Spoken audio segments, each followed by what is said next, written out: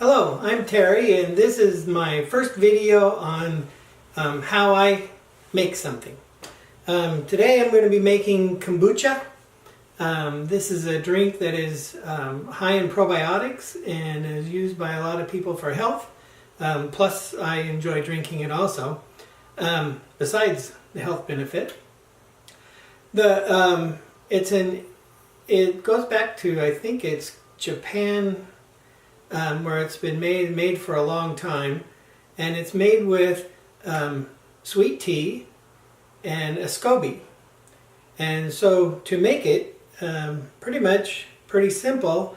After you have a SCOBY, which you can get from, I think that you can buy them on Amazon, or you should be able to, you might be able to find a friend who has some and get one from them.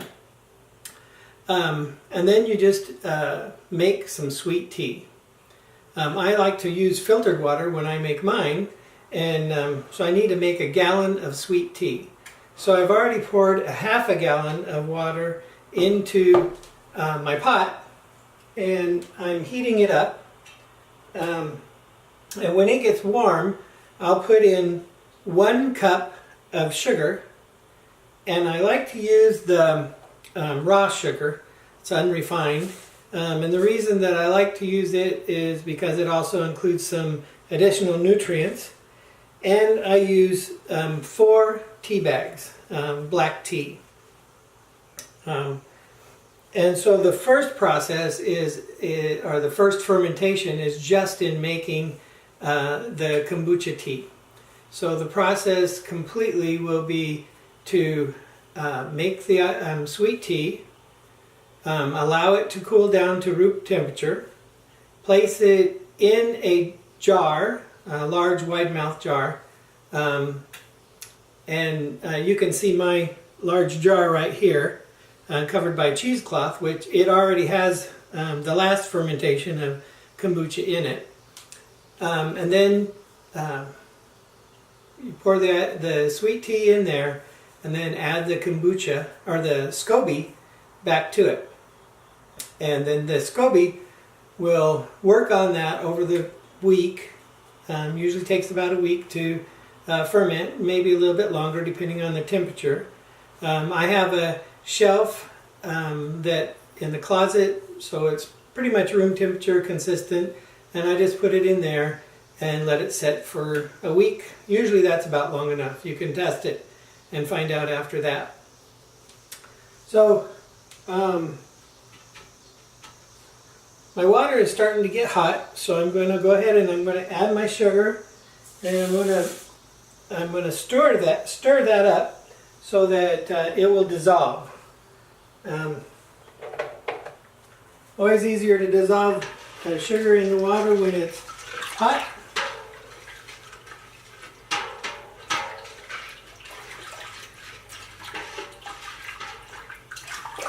If I would have started the water heating a little bit sooner, the sugar would have dissolved faster and we wouldn't have to be waiting right now.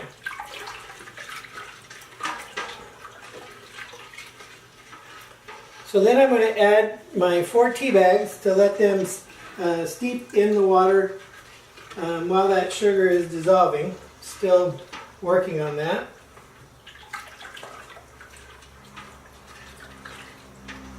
And then after it's steeped and I take the tea bags out and the sweet tea is made, I'll pour in the other half a gallon. I only poured a half a gallon in the pot instead of a whole gallon, because then it needs to cool down to room temperature. So if I pour in this other half gallon, which is room temperature, it drops that temperature down pretty quickly. And but in the meantime, I will show you what I do in processing and putting this fermented tea, the first ferment of the kombucha, into jars. I put them in these smaller jars, and I usually add, most of the time I add some kind of flavoring. So today we're going to be using some blackberries, and we'll smash this up, and we'll put some in each of the jars, And then we're going to use some strawberries. Sometimes I don't put anything in them, and I just I decanter the kombucha into the smaller jars and then seal them up and let them ferment another week on their own. All right. That's almost done. I'll let it steep just a little bit more. So, when processing the kombucha that I've already made, or putting it into a new jar to ferment, I take out the SCOBY that is in there and I put it on a plate. There we go. Put that on a plate.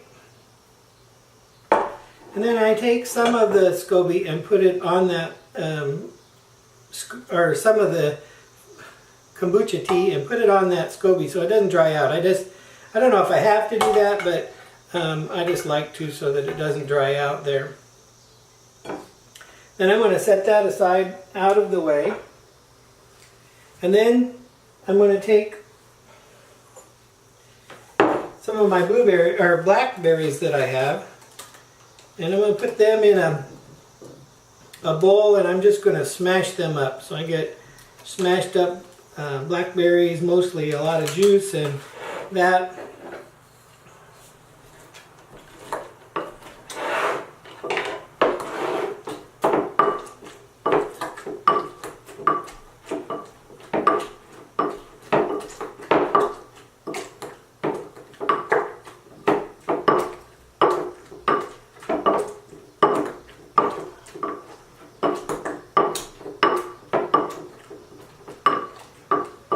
There we go. So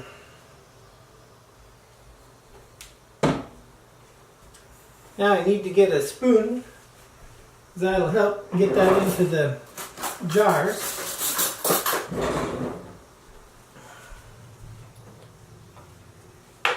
Then I have a large funnel that helped during that process.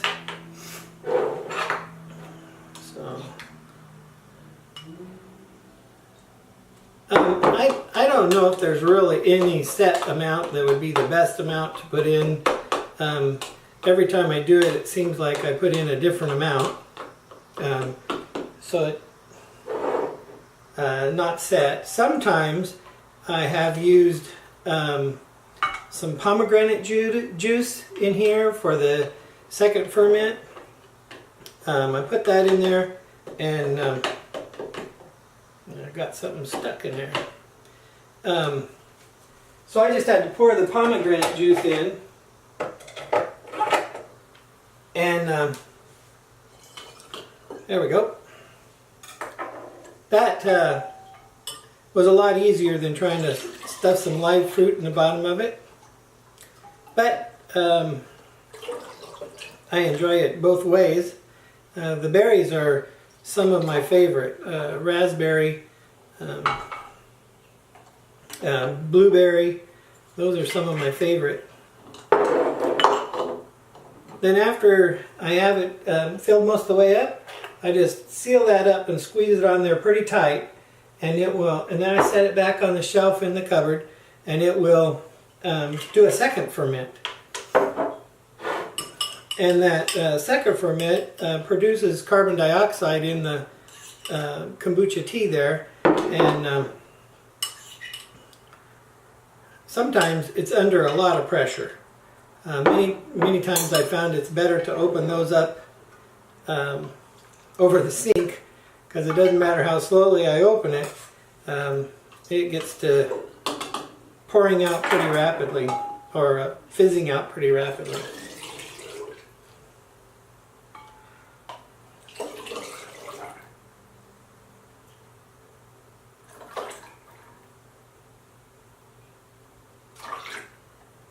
Okay, that one's a little fuller than the last one.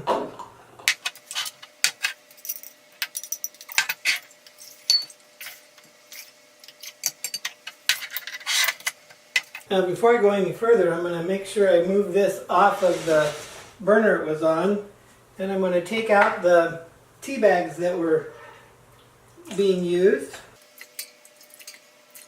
and I'm going to pour the other water that I have in, help start it to cool off quickly.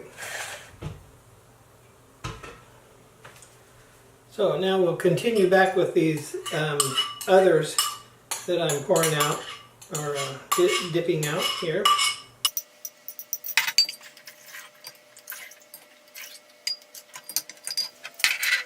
Well, that's all the blackberries I'm going to do, but I also like strawberries, and so I'm going to do a strawberry. On these, I usually just cut the strawberries into some pretty small pieces.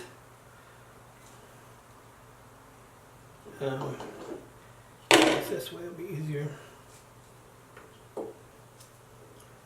Suppose I could squish them also, just like I did the raspberries, but this has worked pretty well for me in the past, so I just thought I'd do that this way this time too. Now when this is done fermenting this next week, this second week, and you're going to drink that, you could filter out these pieces of fruit if you want to, or I've eaten them. I've done it both ways. I've eaten them as I drink the kombucha tea. One of the things that you would probably notice over the course of time is there's the stuff that kind of floats in the kombucha tea. That is like the mother of vinegar. It's part of the bacteria that and yeast that help to ferment the tea and to actually give it some the probiotics that's needed. It's like apple cider vinegar. You can get it so that it's pasteurized and filtered and all of that, but you're going to miss out on some of the probiotics, and because when it's pasteurized, it kills the probiotics that are in the vinegar. If you get a unpasteurized, unfiltered vinegar with the mother in it, you'll find that that's similar to the kombucha tea. And sometimes the kombucha tea smells kind of vinegary, especially if I've let it ferment for longer than a week. Sometimes once I did it for 2 weeks and started to smell kind of vinegary, and it's pretty strong. And you may not like to drink it at that time, but it is still good, and you can use it in place of apple cider vinegar for making dressings and different things like that, salad dressings. But it is still good, and even though you may think that it's a bit strong.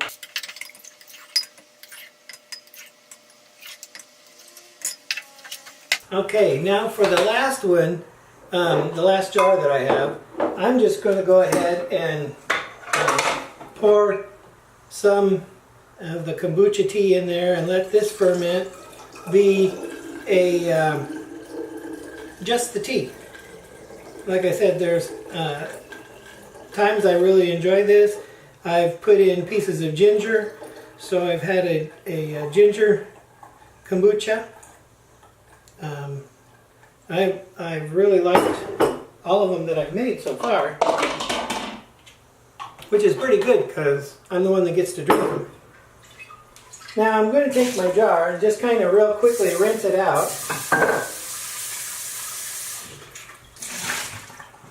Now, hold on one second. Because I'm living in the city right now, and I'm drinking city water, or it's in the tap anyway. I don't drink it. I filter all the water that I drink. So this water had chlorine in it that I just rinsed this out. And I don't want that to affect the kombucha at all, so that's why I wiped out all the water that was in there. So this has cooled off quite a bit. Still not quite as much as room temperature. I'm going to cool a little bit more when I pour it in here. Now, in just a little bit, we'll be putting the SCOBY on here. SCOBY stands for a symbiotic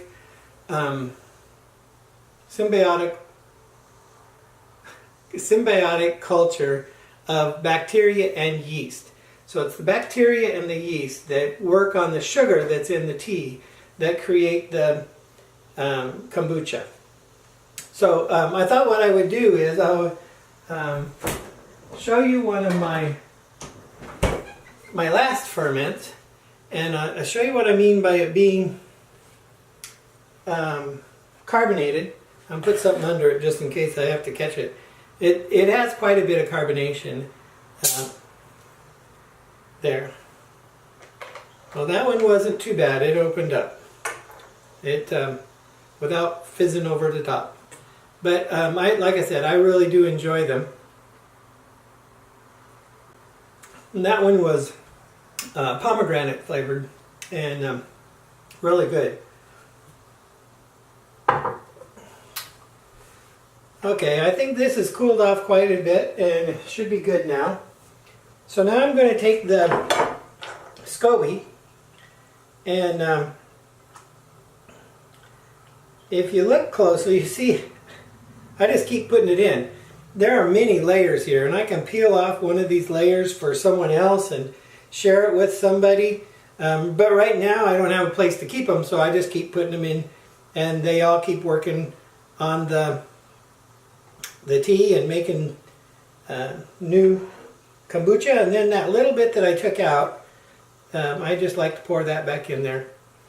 And now the last step is to cover it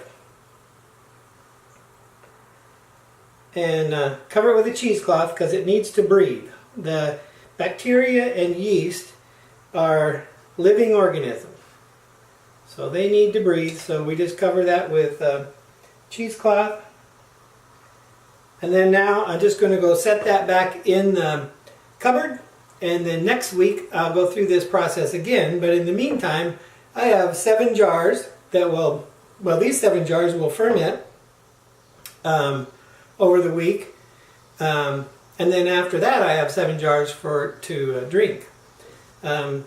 These jars back here are ones I had fermenting for the 2nd week, so they're ready to drink this week. So usually I drink about 1 a day of the kombucha tea. I really enjoy it. And these jars, where they come from is I purchased some kombucha out of the store, and these are the jars that they came in. I cleaned them all up, and I've been using these jars for making kombucha tea. And they've worked very well for me. So if you like this video and it seemed helpful to you, just like it. If you have any comments, put them in the comment section down below. Subscribe to my channel. I might even be, well, my plan is to eventually be making more videos on some of the other stuff that I make. Thank you very much for watching.